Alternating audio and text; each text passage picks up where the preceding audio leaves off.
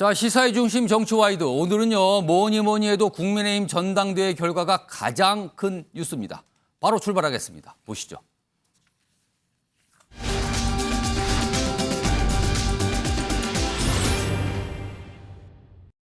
윤석열! 윤석열!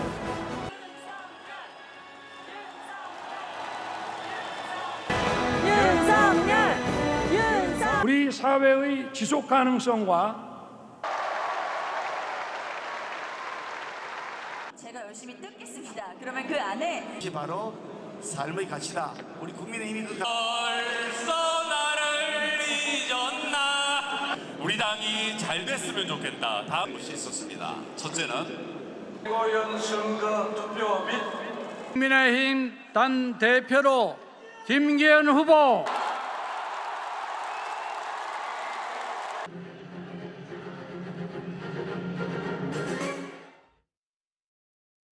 존경하는 당원 동지 여러분,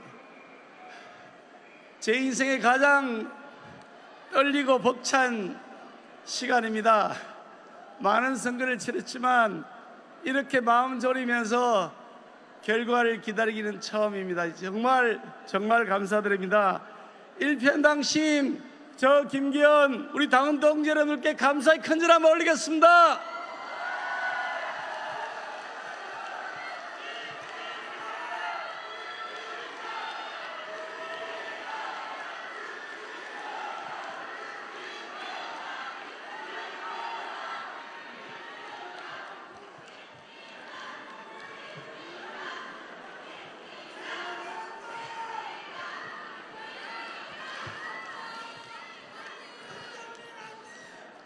오늘 최고위원으로 당선되신 우리 김재원, 김병민, 조수진, 태영호 최고위원께도 축하를 드리고 청년 최고위원 장예찬 최고위원에게도 축하를 드립니다.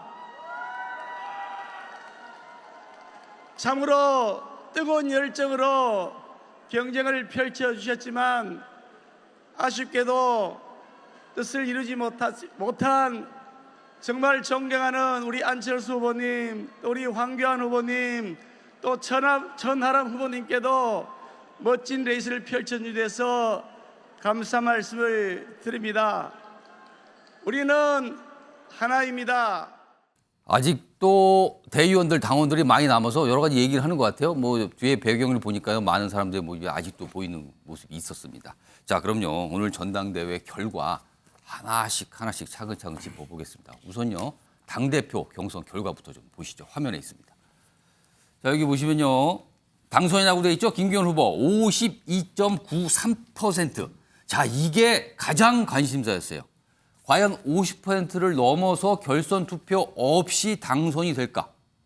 여러 가지 예상이 있었는데요. 이 정도 득표율이면 예상과 맞는 건지 아닌지 약간 분석을 좀 해봐야 될 것 같고요. 그리고 2위는 안철수 후보 23.37%, 그리고 3위는 천하람 후보 14.98%, 그리고 황교안 후보가 마지막 4위 8.72%. 자, 가만히 보면요, 최근에 국민의힘 지지층을 상대로 한 여론조사, 그 지지율 결과를 보면은 전체적인 순위는 비슷하게 나왔어요. 다만 김기현 후보 쪽 요 최종 득표율이 지지율 조사보다는 조금 더 높게 나오는 이런 모습이 좀 있었습니다. 이 얘기 좀 해보겠습니다. 김연아 전 의원님, 사실 김기현 후보 부동산 의혹 굉장한 압박을 받았어요. 그리고 막판에 대통령실 행정관 관련 논란까지 겹쳤습니다. 그럼에도 불구하고 결선 투표 없이 당선이 됐거든요. 이건 어떤 의미, 어떤 배경이 좀 있을까요? 일단 이제 전자투표가 개시됐을 때는 예. 그 대통령실 행정관 얘기는 아직 본격적으로 거론되지는 않을 때였고요. 예. 일단 땅 투기와 관련돼서는 좀 많은 논란이 있었죠. 근데 저는 거기에서부터 이미 많은 득표를 했다 이렇게 생각을 합니다. 예. 그리고 이번에 이제 최종 투표율이 55%가 넘었는데요. 예. 저희 당원의 숫자 자체가 지난 전당대회보다 지금 한 3배가량 늘어났기 때문에 예. 엄청나게 많이 늘어난 투표율을 갖고 각 진영에서 자기에게 유리한 대로 해석을 했었죠. 그렇습니다. 네, 특히 이제 뭐 천하람 후보를 위시한 이준석 대표께서는 예. 젊은 청년들이 또 MZ세대들이 많이 투표를 해서 본인들이 결선 투표에 올라갈 것이다 이런 전망도 했었는데요. 예. 사실 그런 이변은 일어나지 않았죠. 저도 이제 지금 지역에서 당협위원장을 맡고 있고 또 오늘 저 킨텍스 현장에 있다가 왔는데 예. 저희가 투표 기간 동안에 무수히 많은 당원들한테 전화를 받았거든요. 근데 뭐였냐면 60세가 넘으신 분들이 예. ARS 투표하고 전자투표 방법을 문의하는 전화를 정말 제가 많이 받았습니다. 그거는 투표를 적극적으로 하겠다는 뜻입니까? 그러면은? 그렇죠. 예, 그러니까 과거에는 안 되면 그만뒀던 사람들이 예. 이번에는 굉장히 방법을 물어서까지 투표에 적극적으로 참여를 했고 예. 이번 높은 투표율은 젊은 세대들뿐만이 아니라 고령층에서도 굉장히 적극적으로 투표에 임했다는 것이고 고령층이 투표에 임했다는 것은 지금 당의 분란된 모습에 대한 윤석열 대통령의 힘 몰아주기 예. 또 집권 여당으로서 단결해야 된다라고 하는 당원들의 마음이 깊게 반영이 됐다라고 생각이 됩니다. 예. 그래서 뭐 저희도 초반에 많은 여론조사가 있었지만 워낙 김기현 후보와 안철수 후보 간의 지지율 격차가 많이 벌어지고 있어서 예. 큰 이변은 없을 거라고 했습니다만 그래도 당초 생각한 것보다는 김기현 후보가 높은 득표율을 얻은 것 같습니다. 그러면 결선 투표 없이 당선될 걸로 김연아 전 의원께서는 예상하셨어요? 지지율 격차가 벌어지면서 예. 안철수 후보하고 벌어지면서 저는 그렇게 될 가능성이 한 8할은 넘어가고 있다라고 생각을 하고 있었는데 그럼에도 불구하고 마지막에 굉장한 네거티브가 있었습니다. 예. 그래서 이 네거티브가 과연 그 마지막 8분 응선을 넘길 것인가 아니면 다시 밑으로 내려갈 것인가라는 우려가 있었는데 결국 네거티브가 마지막에 결정적인 역할을 하지는 못했던 것 같습니다. 자, 이번에는요. 제3자 입장에서 김영주 전 의원께서는요. 김기현 후보의 과반 이상 득표 당선 이 결과 이거 어떤 의미가 있다고 분석하십니까? 우선 뭐 어쨌든 집권 초반이라고 하는 게 가장 큰 것 같습니다. 여러 가지 많은 논란, 나경원 의원에 대한 예. 논란, 여러 대통령실의 개입의 논란, 선관위가 불공정했다 여러 가지 논란에도 불구하고 전체적인 어떤 국민의힘 당원들은 집권 초반에 윤석열 대통령 중심으로 꼴꼭 뭉쳐야 된다, 단결해야 된다라는 것이 가장 큰 측면이 있었고요. 그래서 예. 실제로 저는 이제 계속적으로 결선 투표 없다라는 얘기를 쭉 해왔었는데요. 예. 이제 그 이유는 실제로 보면은 3월 초 마지막에도 어떻게 보면은 김기현 후보가 30% 중반에 걸려 있었고 안철수 후보하고 한 10% 근접돼 있었지만 예. 결과적으로 그 네 후보의 지지율에 합치니까 빈 공간이 한 20%가 됐습니다. 예. 그래서 이제 여론조사니까 그렇지만 본투표는 100% 다 투표를 하기 때문에 실제로 그 20%라고 하는 무응답층들이 거의 아무래도 대다수는 김기현 후보를 찍을 수 있다라는 거 하고 예. 저는 한 55% 정도 김기현 후보가 받을 거라고 생각했는데 한 3% 빠진 것은 그거보다는 좀 낮으셨네. 예상보다 낮게 나왔다고 보시는 3% 거네요. 빠진 것은 한교안 후보가 한 10% 이상이었는데 그중에 사표 심리 때문에 한 5% 득표하고 한 5%가 김기현 후보 쪽으로 갈 거다라고 예. 생각했는데 그것이 5% 차원이 아니고 8.72%라고 하는 아주 나름대로의 예. 소액이지만 견고한 지지가 있었기 때문에 거기서 한 제가 생각한 것보다 다른 3%, 즉 55%가 아닌 52.93%에 머문 그런 예. 측면이 있다 그렇게 보여집니다. 일단 두 분의 전직 의원께서 오늘 전당대회 결과에 대한 의미 그리고 배경이 무엇인가 이걸 좀 하나하나씩 짚어드렸거든요. 오늘요 앞서서 전해드렸지만 윤석열 대통령이 참석을 했습니다. 전당대회. 물론 결과를 발표하는 그 시간까지 있지는 않고요. 축사를 하고 퇴장을 했지만 여러 가지 또 반응도 있었거든요. 우선요 오늘 윤석열 대통령의 축사 압축해서 준비했습니다. 들어보시죠. 사랑하는 국민의힘 당원 동지 여러분, 작년 이맘때 우리 모두가 힘을 합쳐서 부패 세력을 내몰고 정상적인 나라로 재건하겠다는 일념 하나로 서로 격려하며 뛰고 또 뛰었습니다. 언제나 든든한 힘이 돼 주신 우리 당원 동지 여러분께 다시 한번 깊이 감사드립니다. 우리 국민의 힘에게는 대한민국의 자랑스러운 성취를 이끌어온 저력이 있습니다. 우리 국민의힘 당내 선거에서는 승자도 패자도 없습니다. 우리 당 구성원 모두 첫째도 국민, 둘째도 국민, 셋째도 국민만을 생각하고 함께 전진해야 합니다.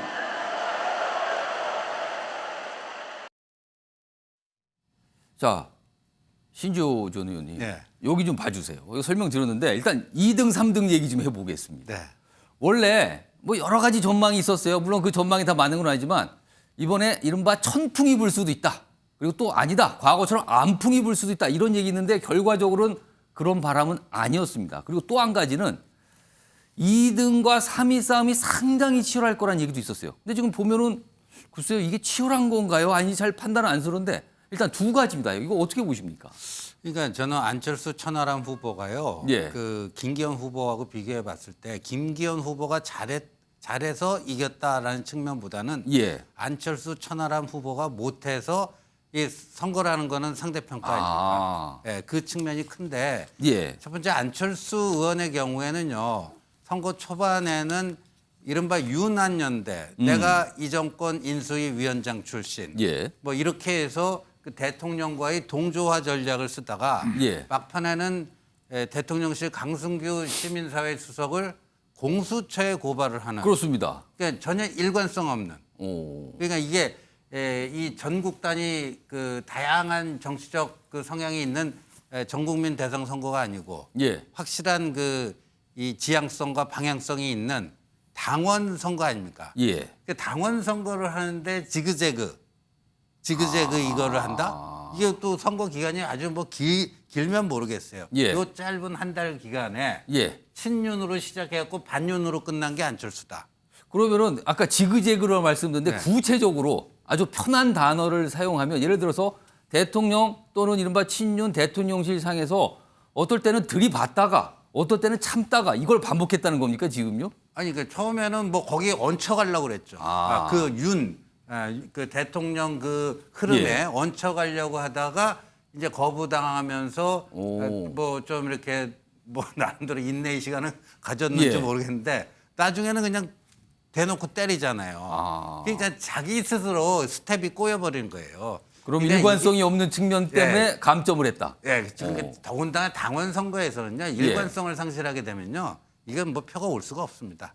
표가 붙었다 떨어졌다 예. 계속 표라는 건 축적이 돼야 되는데 예. 이쪽에서 들어오는 게 있으면 저쪽으로 나가버리고 그럼 그 되겠습니까? 그다음에 이제 천하람 후보의 경우에는 바람 불기에는요 이른바 이제 천하람 후보의 그 태생적 한계가 이준석의 아바타로 출마를 했다라는 게 태생적 한계 같아요. 그러니까 예. 본인이 뭐라고 얘기하던 예. 이준석이라고 하는 그 틀에 갇혀서 예. 그 벗어나기 힘든 그게 있다. 그나마 다행인 것은 예. 그 김용태 최고위원, 허은하 최고위원이 얻은 것보다도 약 5% 정도 더 얻은 거는 있어요. 그런 거는 이제 개인기가 좀 발휘된 대목이라고 볼 수가 있는데 예. 태생적으로 근본적으로 이준석 아바타 이렇게 나가서는 안 되고요. 당원들의 절대 다수는 이준석에 대해서 저 사람은 보수 정당에 있지만 위장 우파고 가짜 보수다라는 게 절대 다수의 생각이다. 제가 뭐 지난 시간에도 말씀드렸던 것 같은데 그게 이제 표심으로 나타났다고 봅니다. 이번에 정기당 교수님께는요 안철수 후보 얘기 좀 집중해서 드리면 지금 신지호 전 의원님 분석은 안철수 후보가 아무튼 왔다 갔다 일관성이 없는 그런 모습 때문에 오히려 감점한 것 같다는 분석을 해주셨는데 안철수 후보 입장에서는 조금 억울한 측면도 있는 거 아닙니까 사실은요? 어떻게 판단하세요? 그거? 억울한 측면이 있죠. 이 윤석열 정권의 어떤 창출, 예. 창출의 1등 공신이라고 해도 과언이 아니고 단일화의 주역으로서 예. 얼마든지 본인의 어떤 역할과 본인의 어떤 그 입지를 예. 이번 전당대회를 통해서 보여줄 수 있었거든요. 예. 그리고 또 자신도 있었고 그럼에도 불구하고 앞서 신조원도 얘기하셨습니다만 국민의힘이라고 하는 어떤 보수 정당 속에서의 자리를 잡겠다라고 하는 보수 정치인의 이미지를 심는 데는 어느 정도 성공했는지는 모르겠습니다. 예. 마지막까지 어떤 완주하는 모습을 보였지 않습니까? 그렇죠. 그러나 앞서 얘기했던 것처럼 정체성의 혼란을 스스로 초래한 측면은 있다. 자, 이른바 본인이 친윤계 후보인지 비윤계 후보인지 또는 친윤계에 대한 어떤 그 비윤계의 견제 심리를 예. 적절히 활용하면서 뭔가 선거 운동을 하려고 하는 것인지 예. 뭔가 명확한 선거 전략이라고 하는 측면에서 이게 흔들렸다. 보이지가 않았다. 예. 왜? 처음에는 윤한연대로 한번 돌파해 보려다가 안 이게 됐죠. 또 국정 운영의 방해꾼이라는 이른바 대통령실의 엄청난 예. 어떤 뭐랄까 반격이라 그럴까요? 뭐 적이라는 반격을 표현까지 받고 나왔어요. 거의 주저앉아 버렸단 말이에요. 예. 그러고 나서도 막판에 가서는 어떻게 됐습니까? 결국은 황교안 후보랑 같이 또 기자회견을 통해서 예. 뭔가 이번 전당대 결과를 사실상 받아들일 수 없을 정도의 어떤 결기를 가지고 또 비윤 표심을 자극했단 말이에요. 예. 결국은 선거 전략에 있어서의 혼선, 또 그다음에 그로 인한 정체성 혼란. 예. 그러다 보니까 결국은 본인의 어떤 정치적 쓰임새, 이른바 보수 정당에서의 중도성 확장이라고 하는 내년 총선 승리를 위해서는 안철수 후보와 같은 중도층의 영향력이 있는 사람이 당 대표가 되어야 한다라고 하는 효과적인 논리를 당원들에게 제시하지 못함으로 인해서 본인이 가지고 있는 여러 가지 특장점을 제대로 살려내지 못한 선거였다라고 볼 수 있겠습니다. 안철수 후보가 지금 무슨 생각을 할까요? 뭐가 좀 이렇게 반응이 좀 나왔으면 좋은데 아직 영상이 들어오는 게 없네요, 지금요. 혹시라도 중간에 들어오면은 시청자 여러분께 바로 전해드리도록 하겠습니다. 다음은 최고위원 경선 결과 좀 보겠습니다. 4명을 뽑거든요. 청년체육까지 하면 5명이죠. 여기 보시면 일단 1위부터 4위까지 있어요. 1위 김재원, 2위 김병민, 3위 조수진, 4위 태용, 그다음에 청년 최고위원은 장해찬 이렇게 돼 있습니다. 여기서요. 이거 일부러 좀 써놓었죠. 우리 제작진이. 김연아 전 의원님. 이준석계 전원 탈락. 그러니까 아까 당대표를 포함해서 이런 표현이 있었죠. 천하용인. 그러면 이게 약자로 보면 천하람 후보, 허은하 후보, 김용태 후보, 이기인 후보. 청년 최고에 출발한 이기인 후보까지. 천하용인 뭐 열심히 한다 이런 얘기인데 전원 탈락입니다. 왜 전원 탈락? 글쎄요. 전멸이라는 표현을 써도 될까요? 왜 이렇게 된 겁니까? 일단 아까 제가 말씀드린 것처럼 이번에 높은 투표율에는 고령층 또 우리 국민의힘에서의 전통 예. 지지계층이 굉장히 집결한 측면이 있었습니다. 그런 측면에서 보면 지금 천하용인이 받은 투표수를 봤을 때 평균 한 10% 정도라고 보여지는데요. 예. 천하용인 세력들이 가지고 있는 일명 고정표는 한 10% 내외였던 거죠. 아. 그리고 그게 전혀 확장을 하지 못하고 오히려 그 반대편에서 당원들의 투표율이 집결되는 효과가 있으면서 예. 저는 이제 그것이 상대적으로 이렇게 밀려나는 결과를 가져왔다고 생각이 되고 또 하나 이번에 최고위원 투표에서 좀 투표 결과에서 의미 있는 좀 것들이 또 다르게 있는 것 같아요. 예. 당초 여론조사에서 1등을 달리던 후보가 오. 사실은 1등을 하지 못했습니다. 아, 예. 지금 뭐 시청자 여러분께서 관심 있는 분은 아마 아실 거예요. 어떤 후보를 말씀하시는지. 그렇죠. 그러니까 여기에 1등을 했던 후보는 이제 한 분이 계신데 뭐 지금 당선되셨으니까 이제 조수진 후보가 당선은 1등을 됐지만. 네, 그때 예. 여론조사에서 1등을 했었고 예. 중간층 가다 보면은 이제 민영삼 후보가 1등을 하는 게 아니냐라는 민영삼 얘기가 후보. 있었습니다. 그런데 지금 의외로 1등을 하던 조수진 후보는 3위가 됐고 오. 김재원 후보가 지금 1위로 그렇습니다. 올라섰습니다. 굉장히 또 예상을 벗어난 후보가 바로 4위 후보인데요. 예. 태용호 후보는 사실은 초반에는 저 4위 안에 들어가지 못했습니다. 여론조사상으로는 그다지 큰 활약이 없지 그렇죠. 않은가 이랬거든요. 오히려 4위에 지금 탈락한 허은하 후보가 올라오는 게 아니냐라는 얘기가 많이 있을 정도로 사실은 존재감을 보이지 못하고 있었는데 이상하게 막판에 태용호 후보가 굉장히 지지율이 끌어올리는 양상을 보였었는데요. 아. 제가 이제 저분들을 다 종합적으로 해서 보니까 예. 초기에 지지도가 높게 나왔던 후보들의 특징은 방송이나 또 유튜브에서 굉장히 인지도가 높았던 후보들이었습니다. 예, 그런데 결과론적으로 보니까 거기에다가 플러스 알파가 더 있었던 후보가 결국 최종적으로 우승을 했는데 예. 그런 플러스 알파가 뭐냐? 아. 바닥을 다지는 민심. 그 부분에 있어서 제가 마지막에 예. 태용호 후보가 각 지역의 당협위원장들한테 1대1로 전화를 하시더라고요. 아, 열심히 한 거네요. 네, 그리고 오. 전화가 연결이 안 되면 문자로 예. 굉장히 강하게 호소를 하셨어요. 예. 그리고 연결이 안 되면 또 전화하고 또 전화하고 또 역시 김재원 후보도 그런 측면이 많이 있었는데요.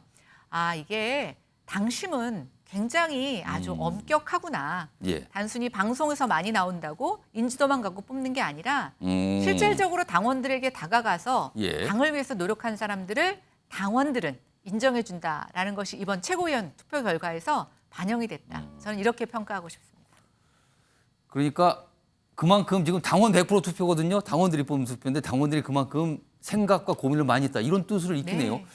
저 김영주 전 의원님은요. 요거 다시 한번 좀 봐주실까요? 여기 지금 1위부터 4위 그리고 청년총회까지 5명이 뽑혔어요. 근데 아까 잠깐 언급하셨는데 아까 유호정 기자가 현장 소개할 때 최고위원 당선자를 좀 틀리게 얘기했어요. 네. 아까 민영삼 후보 얘기했는데 민영삼 후보 아니었고 사실 그 자리에 김병민 후보가 들어갔거든요. 네. 그러니까 민영삼 후보가 탈락을 했어요. 네. 민영삼 후보는 사실 유튜버인데 보수 유튜버로 꼽히시는 분이었고요. 네. 그동안 지지율상으로 꽤 괜찮게 나와서 4위 안에 들지 않을까 예상이 있었거든요. 근데 이번에 탈락했습니다. 네. 이거는 무슨 의미일까요?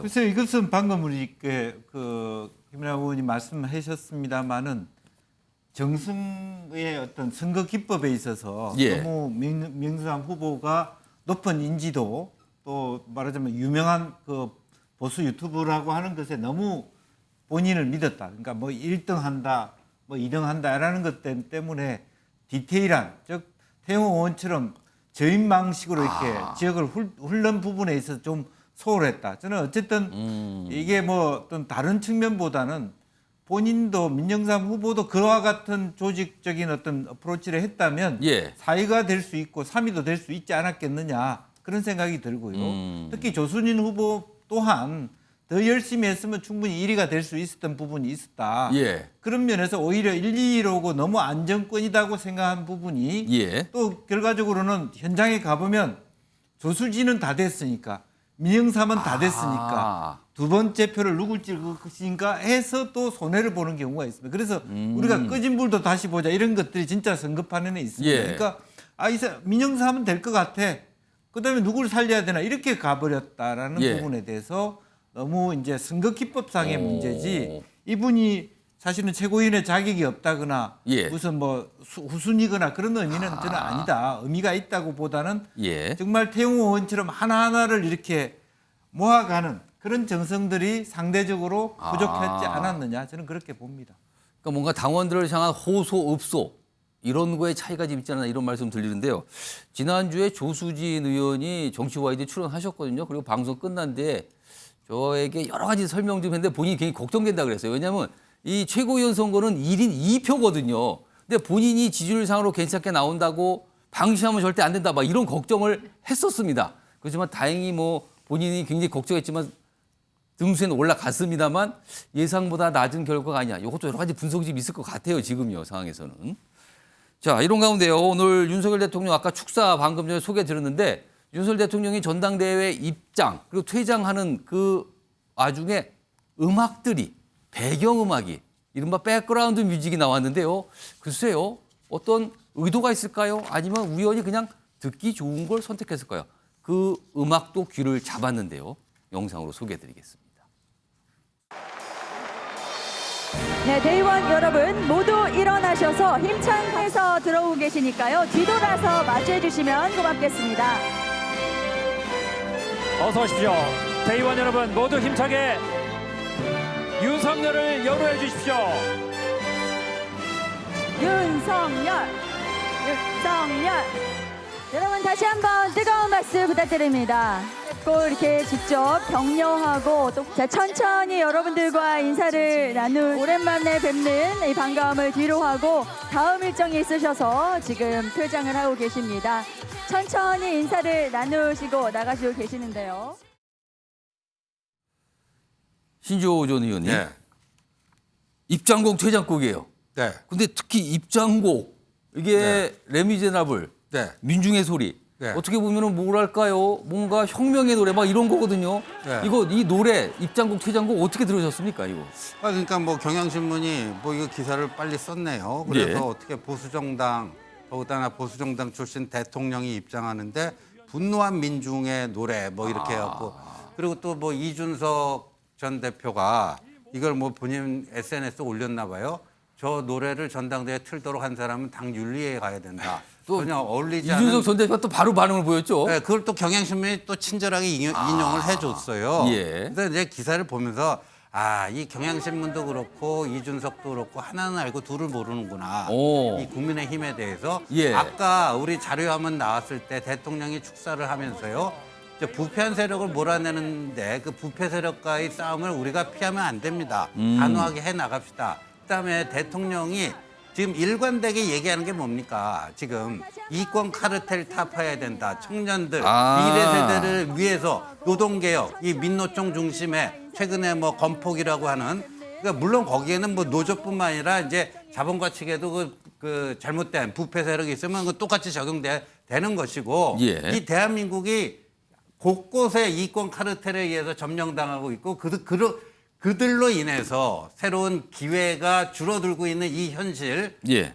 그것을 이 윤석열 대통령을 타파해 보겠다 그런 겁니다. 그러면 지금 뭐 노동 현장에서 그 건폭들의 그 횡포에 대해서 분노하는 청년들의 그 마음, 그럼 저 노래하고 뭐 얼마나 결이 다릅니까? 그러니까 경향신문도 그렇고 예. 이준석도 그렇고 하나만 알고 이렇게 뭘 좀 하는데 예. 조금 더 국민의힘에 대한 좀 이해를 하는 게 좋을 것 같습니다.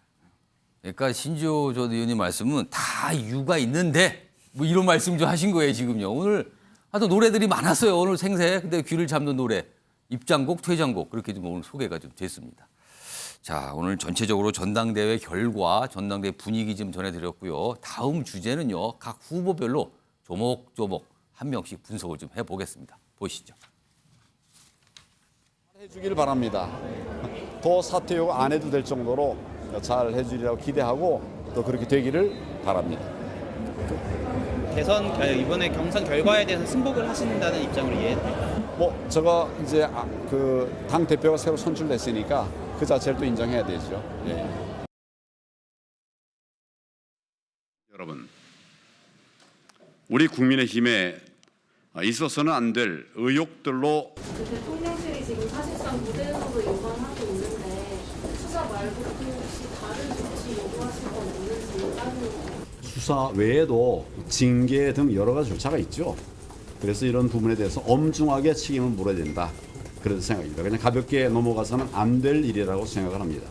유기현 후보가 당선이 된다면 그 부분에 있어서 승복을 하시고 당대표 사퇴를 요구하실 건지 그 수사 결과가 나오는 것을 보고 그때 판단하겠습니다. 자, 정기람 교수님께 지금 사실 전당대회 막판에 나왔던 게 대통령실 행정관 단톡방 논란. 여기에 대해서 행정관이 특정 후보 홍보를 부탁했다는 논란. 이거였어요. 그거를 안철수 후보, 황교안 후보가 굉장히 강하게 몰아치고 사퇴 요구까지 한 상황이었거든요. 자, 전당대회 끝났습니다. 이 논란, 이거 수습이 어떻게 좀 잘 될까요? 안철수 후보 지금 고발까지 한 상태입니다. 일단은 그 막판까지 용산 개입 논란으로 사실은 전당대회가 얼룩진 측면이 있습니다. 그러니까 오늘 뭐 과반 그 투표를 했기 때문에 예. 결선 투표까지 가지 않고 소위 윤석열 대통령이 염두에 뒀던 친윤 지도부가 완성됐다는 측면에서는 한편에서는 뭐 일정한 부분적인 전당대회를 통한 예. 안정적인 여당을 구축했다는 측면에서는 뭐 나름대로 의미를 부여할 수 있겠습니다. 예. 그럼에도 불구하고 전당대회 초기부터 윤심 논란으로 시작해서 마지막 대통령실 선거 개입 논란까지 처음부터 끝까지 이번 전당대회는 대통령실 주변을 맴도는 선거였다라는 비판을 면키 어렵다고 봅니다. 예. 자, 그런 면에서 이번에 마지막에 논란이 됐던 소위 시민사회 수석실의 관계자들이 전면에 나서서 특정 후보, 김기현 후보 선거운동을 한 부분은 공무원의 정치적 중립을 명백히 위반한 겁니다. 이 문제에 대해서 지금 저는 대통령실이 보여주고 있는 태도가 대단히 미온적입니다. 예. 별일 아니다. 내부적으로 그냥 어느 정도 덮고 넘어가겠다는 생각인 것 같은데 예. 저는 이 후보들의 어떤 그 고발이라든지 또는 어떤 진상 요구라든지 이런 것 이전에 대통령실이 먼저 나서서 예. 진상조사를 통해서 실체적 진실을 규명하겠다. 그리고 명백하게 해명해 줌으로 해서 예. 김기현 지도부 출범 이후에 국민의힘 지도부가 뭔가 당내 소통과 화합을 통해서 갈 수 있도록 그 근거를 만들어주는 것이 예. 필요하지. 예. 이것을 어제 일인데 뭐 이제 와서 다시 이것을 꺼내는 것은 당에 전혀 도움이 되지 않는다. 그럼 만약에 라는 식의 대통령실에서 별다른 입장 표명이나 설명이 없다면 어떻게 되는 겁니까? 저는 없다면 궁극적으로 이번 전당대 결과 자체를 예. 저는 황교안 후보나 안철수 후보가 소위 경선 불복이라든지 이렇게까지 나아가기는 저는 어려울 걸로 보여집니다. 예. 그러나 그 상처는 안으로 곪게 되어 있습니다.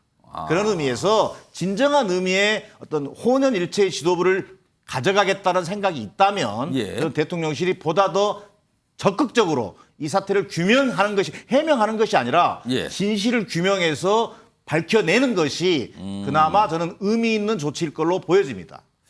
자, 이번에는 김연아 전 의원님 안철수 후보 얘기 좀 해보죠. 지금 안철수 후보 방금 정기랑 교수께서 말씀하셨지만 선거 막판에 그 대통령실 행정관 관련된 문제를 강하게 반발하면서 그 문제에 승복 얘기까지 꺼냈어요. 수사상을 봐서 승복 여부 판단하겠다는 얘기까지 꺼냈거든요. 그게 굉장히 강경한 입장이거든요. 자, 그리고 오늘 결과는 23% 정도의 득표를 기록을 했습니다. 안철수 후보의 앞으로 정치적 운명은 어떻게 되는 겁니까? 보통 저희가 이제 안철수 후보를 갖고 철수를 많이 한다 해서 예. 이제 이름으로 좀 빗대서 얘기도 하고 또 일부는 처음 등장했을 때의 지지율이 가장 상한가고 점점 떨어진다 해서 뒷심이 없다고 하죠. 예. 근데 저는 요번에 이 네거티브전에서 왜 이렇게 뒷심이 강하실까 조금 의구심이 있었습니다. 근데 이제 이렇게 생각을 했었어요. 만약에 결선 투표를 염두에 둔 홍 예. 대표와의 연대를 위한 거다라고 생각을 했었습니다. 근데 지금 투표 결과를 보면 예. 사실은 결선 투표로 갈 수 있는 상황이 아니었다는 거죠. 특히 이제 3일 투표를 했으니까 예. 마지막 날 하루인데 마지막 날 하루나 투표율 정도가 한 3% 정도 늘어났습니다. 그럼 3% 갖고는 어떠한 일도 할 수 없었는데 예. 도대체 이 선대 캠프에 전략을 짜는 사람들은 무슨 생각으로 이 마지막 날 하루에 예. 뒤집을 수 있다고 생각했던가. 저는 완전히 전략 미스라고 생각을 하고 있고요. 그렇지 않다면 사실은 지금 굉장히 진퇴난인데 예. 아니 이거 어떻게 수습하시겠습니까? 그러니까 수습이, 그러니까 제가 말씀드린 건 운명이잖아요. 네. 그러면 당장 내년에 총선이 온단 말이에요. 그리고 안철수 후보도 지역구를 갖고 있는 국회의원이잖아요. 이거 어떻게 되는 겁니까, 그러면?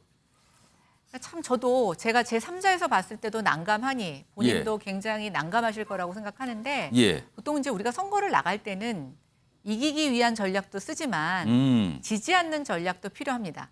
그 얘기는 뭐냐면 만약에 내가 지더라도 승패 결과에서는 지는 거지만 정치적으로는 이기는 선거를 해야 되는 거거든요. 예. 근데 지금 안철수 후보는 실전 득표에서도 지고 정치적으로도 얻는 것보다는 잃는 게 많은 사실 지는 두 개 다 양쪽에서 다 지는 선거를 했다라고 예. 보고 있습니다. 모르겠습니다. 어떤 아주 묘안이 계셔서 예. 이 난을 잘 극복하실 수 있을지는 모르겠지만 예. 굉장히 전략 미스였고 타이밍도 굉장히 부적절했다 이런 생각이 듭니다. 사실 전당대회 결과에 대한 안철수 후보의 어떤 반응, 입장 이게 굉장히 궁금한데 아직 들어오는 게 없어요, 지금요. 황교안 후보는 입장을 짧게 밝혔는데 아직 안철수 후보는 없습니다. 혹시라도 글쎄요. 언론에서 아직 포착을 못한 걸까요? 아니면 안철수 후보가 고민을 하고 있는 걸까요? 아직은 모르겠습니다만 아직은 전해오는 건 없는 상황입니다. 자, 이번에는요. 신조 전 의원님께 황교안 후보 얘기 좀 해보죠. 아까 득표 결과는 10%가 좀 안 됐어요. 자, 황교안 후보 정치적으로 재기를 한 겁니까? 그리고 앞으로 정치적 행로는 어떻게 될 것 같습니까? 재기에 성공했다고 보기는 힘들 것 같습니다. 예, 그래도 한때 자유한국당 시절에 당 대표로서 지난번 총선을 이끈 그런 중심적인 인물이고 박근혜 정부 때 이제 법무부 장관과 국무총리, 대통령 직무대행까지 했던 인물인데 예. 한 자릿수 지지율이라는 거는 뭐 사실 뭐 재기에 성공했다 이렇게 볼 수가 없는데 황교안 후보 역시도 어찌 보면 이제 네 사람의 후보 중에서 이념적 스펙트럼으로 보면 가장 오른쪽에 위치해 있다고 다들 그렇게 평가를 하는데 제일 그 김기현 후보 그 울산 땅 문제를 네거티브에 가장 선도적으로 또 가장 열심히 하는 그리고 나중에는 또 이제 그 대통령 무슨 선거 행정관 관련 문제. 이거 가지고 이제 안철수 후보랑 뭐 긴급 회동도 하고 연대를 할 수도 있는 것 같은 또 뭐 이런 또 분위기도 연출하고 그런 점에서 선거 전략이 황교안 대표 역시 일관적이지 않았다. 그리고 선거 기간 중에 또 전광훈 목사를 또 뭐 고소를 했어요. 근데 정광훈 목사 측 그 반응이 그러더라고요. 선거에서 이길 생각이 전혀 없나 보다. 선거 끝나고 고소하더라도 얼마든지 할 텐데 예. 선거 기간 중에 하면은 그래도 정광훈 목사를 통해서 입당한 사람들도 꽤 있고 그럴 텐데 이게 뭐 덧셈 정치를 하려는 건지 뺄셈 정치를 하려는 건지 뭐 헷갈린다. 예. 뭐 그런 얘기 등등해서 황교안 후보는 조금 향후 정치적 입지가 쉽지는 않아 보이고요. 아까 한 가지만 제가 좀 팩트 예. 체크하고 가면요. 대통령실 그 행정관이 예. 그렇게 한 게 설령 사실이라 할지라도요. 예. 그게 사실이라 할지라도 그건 공직선거법 위반은 아닙니다. 법률 위반은 아닙니다. 이게 많은 분들이 좀 헷갈리는데 예.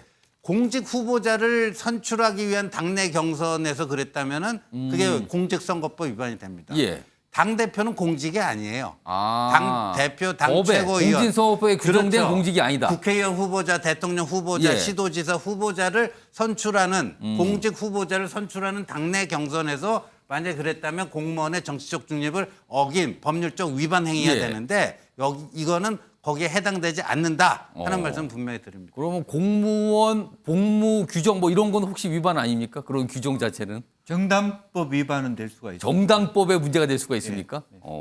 그것도 뭐 아닌 걸로 좀 파악을 했습니다. 그 좀 이게 법조인 간에 약간 얘기들이 왔다 갔다 하고 있어요. 그거는 공직선거법이냐 아니냐. 김기현 후보는 또 강하게 부인했죠. 그거 아니라고.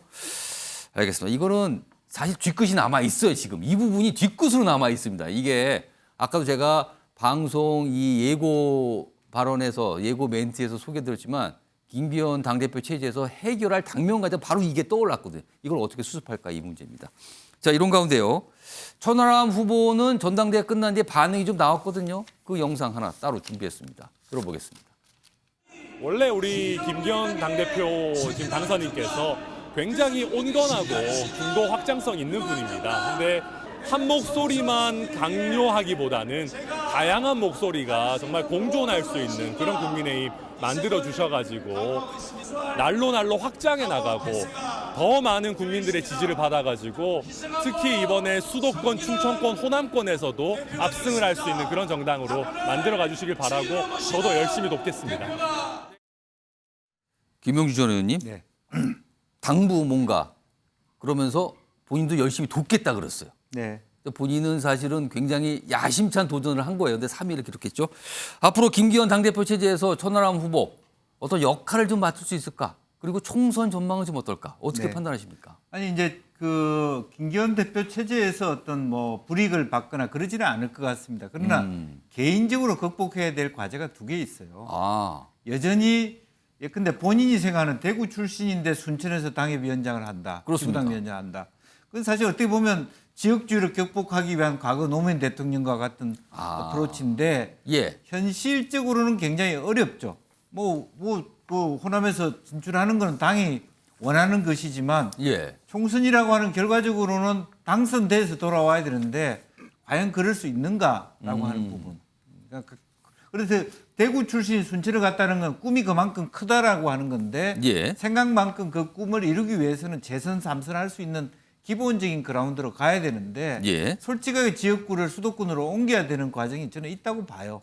계속 지면서 어떻게 그런 뭐 노무현 대통령처럼 그렇게 호남에서 몇 번 계속 지면서 당에 입지를 만들어서 대통령이 된다? 그 호남에서 당선은 보통 일이 아니라는 거죠, 예. 그거는요. 네, 그런 부분이고요. 두 번째는 어쨌든 저는 레이스 자체는 아주 천하람 후보는 그 손해 보지 않는 레이스, 자기 14.98%라고 하는 것은 선전했다고 보는데요. 초기에 더 올라갈 수 있는 부분을 스스로 이제 하지 못했던 이유가 저는 딱 하나를 봤습니다. 이준석 전 대표가 피곤해서 바빠서 방송을 못 가는데 천하람 후보가 대신 나갔다. 가장 결정적인 실수를 한 겁니다. 이준석의 말하자면 어찌 보면 뭐 무슨 두 번째 사람에 불과하다. 사실은 천하람 후보가 바쁜 일을 이준석 전 대표가 커버해 주는 게 맞죠. 뭐가 순서가 바뀌었다는 거네요, 지금. 그래서 용어나 이런 것이 싱크로율이 너무 높아서 스스로가 그걸 극복 못했다. 그렇기 때문에 중반 이후로는 잠겼다. 역동성을 발휘하지 못하고 그냥 고사됐다. 그래서 앞으로 남아있는 과제는 어차피 본인이 큰 꿈을 꾸고 대구에서 예. 진천을 갈 바에야는 이준석을 버리지 않으면 안 된다. 저는 그 과제가 남아 있다고 봅니다. 그러니까 천하람 후보 얘기를 하면 꼭 따라오는 얘기가 이준석 전 대표의 그림자. 뭐 다른 표현은 이준석 전 대표의 영향권. 뭐 이런 표현이 나와였고. 자, 그럼요. 지금 이준석 전 대표 사실은 천하용인 되게 굉장히 야심차게 홍보를 하면서 활동을 했는데 이게 불발이 돼 버렸거든요. 자, 이와 관련해서요. 이준석 전 대표와 관련해서요. 박지원 전 국정원장이요. 뭐 언론 인터뷰 통해서 여러 가지 얘기하는데 관련 얘기를 한 게 있습니다. 들어보시죠.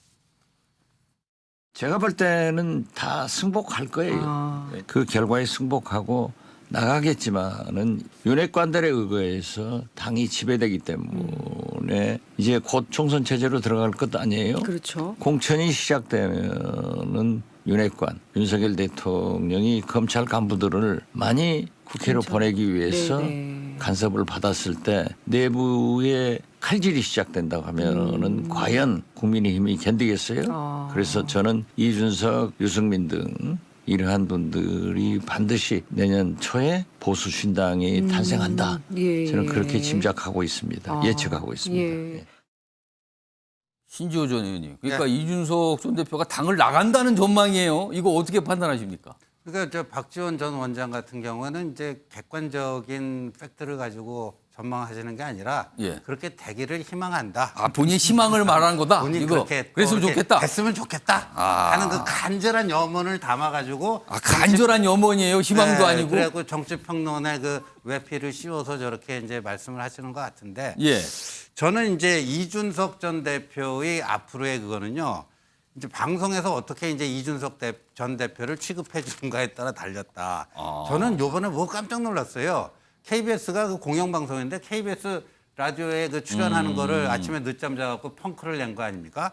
일반적인 출연자의 경우에는요. 그렇게 펑크 하면요. 뭐 출연 정지당하고 최소한 뭐 2달 동안 못 나온다든가 그런 그 페널티가 약간 따르는데. 주의가 있죠. 주의 조치가. 그런데 오늘은 피곤해갖고 못 나오셨으니까 며칠 후에 다시 나와 주십시오 하고 그걸 또 재출연을 시키는 거 보면서 야, 이게 뭐지? 이게 뭐지? 어떻게 방송가에서 이런 일이 있을 수 있나? 근데 이제 KBS라는 곳이 지금 아무래도 이제 뭐 MBC보다는 좀 덜하다 했지만 이른바 그 민노총 언론노조 그쪽에서 많이 이제 좀 그 영향력을 행사하고 있다 보니까 주로 보면요. 그리고 제가 막판에 아주 재밌는 걸 발견했는데 손혜원 전 의원이 이 전당대회 투표 있기 전전날이니까 본인의 페이스북에 오늘 아침 라디오는 우리 팀이 다 나옵니다. 근데 우리 팀이 누군가 했더니 이준석, 천하람, 뭐 김용태, 뭐 허은하 그래요. 그러니까 뭐 어디 KBS는 뭐 누가 나오고 MBC는 누가 나오고 YTN은 또 누가 나오고 CBS는 다 우리 팀이 나온다고 그러더라고요. 그러니까 이런 정체성을 가지고 과연 그 뭐 국민의힘 내에서는 점점 뭐 저는 입지가 줄어들 수밖에 없다라고 보고요. 근데 이제 바깥에서 그 이준석을 또 계속해서 무슨 저 뭐 용도가 있다고 생각하면 계속 띄워주려고 할 텐데 요번에 다 보지 않았습니까? 저렇게 박지원 전 원장까지도 나서서 이렇게 밀어줬는데도 전멸했다. 이게 도대체 뭔가? 신지호 전 의원님께서 이거 출연 얘기를 하시면서 내심 말씀하시는데 가만히 보니까 부러우신 것 같기도 하고요. 저렇게까지 펑크냈는데도 뭐 자꾸 모시려고 한다. 약간 이 말씀을 해주신 것 같아요. 자, 이런 거 한데요. 방금 자막으로 나왔거든요. 이준석 전 대표의 반응이 있어요. 오늘 전당대회에 대해서 그거 다시 한번 좀 불러오겠습니다. 자, 이준석 전 대표가 이렇게 반응이 나왔어요. 당원에 감사하다. 더 나은 내일 위에 정진하겠다. 일단 감사하다. 그리고 본인 정진하겠다. 목적은 더 나은 내일을 위해. 여기서 내일은 글쎄요. 당의 내일일 수도 있고요. 본인의 내일일 수도 있을 것 같기도 합니다. 뭐 또 속보가 들어온 대로 전해드리도록 하겠습니다. 자, 오늘 국민의힘 전당대회 그리고 이 전당대회에 나섰던 후보들에 관한 얘기 하나씩 분석해 드렸습니다. 다음 주제로 넘어갈 텐데요. 다음 주제는요. 민주당 야권과 관련이 좀 있습니다. 보시죠.